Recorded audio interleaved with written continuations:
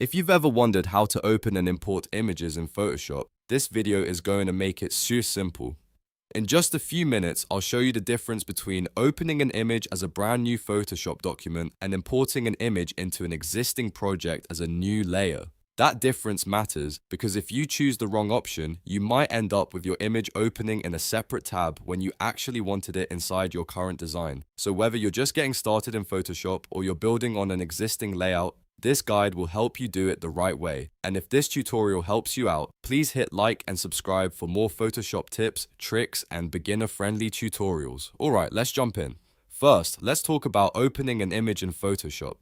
Opening an image means Photoshop creates a completely new document based on that file's dimensions. So if you open a photo, Photoshop will use that photo as its own project tab with its own canvas, size, and workspace. This is the best option when you're starting from scratch and the image itself is the main thing you want to edit.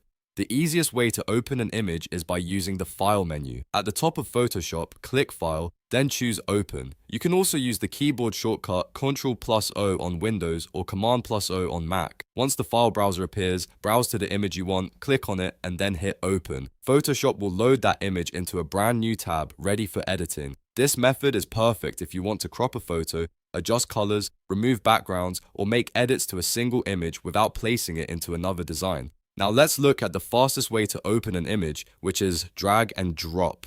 If Photoshop is already open, go to your computer's File Explorer or desktop, find the image you want, click and hold it, then drag it directly into the empty gray workspace in Photoshop. You can also drag it up toward the top of the interface and release it there. Photoshop will automatically open the file in its own tab. This is a really quick workflow when you just want to get an image into Photoshop as fast as possible. It saves a couple of clicks and works great for single photos, screenshots, and reference images. Now, let's move on to importing an image into an existing project. This is different from opening. Importing is what you do when you already have a document open, like a poster, collage, flyer, thumbnail, or grid layout, and you want to place a photo inside that design. In other words, you're not creating a new document, you're adding the image as part of the current one. The best method for this is called Place Embedded. To do that, go to File at the top, then choose Place Embedded. A file browser will open and you can select the image you want to add. After selecting the file, click Place. When you do this, Photoshop brings the image into your current document with a transform box around it. This box lets you resize and position the image before confirming it. You can click and drag the corners to scale it up or down. If you hold Shift in older versions, you may keep the proportions locked, although in newer versions, Photoshop usually keeps the image proportional automatically. Once the image looks right, press Enter or Return to place it into the design.